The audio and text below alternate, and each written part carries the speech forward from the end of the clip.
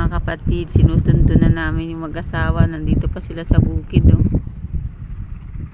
May ministry kami papuntang Santa Ana, kaso di pa sila nakabiso pa.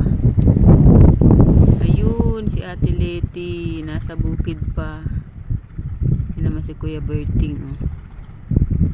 Alas 3 na, papunta pa kami ng Gimba. Pagod yung mag-asawa na yan, oh. Magmi-ministry pa. Nagbibihis pa yan, ano kuya?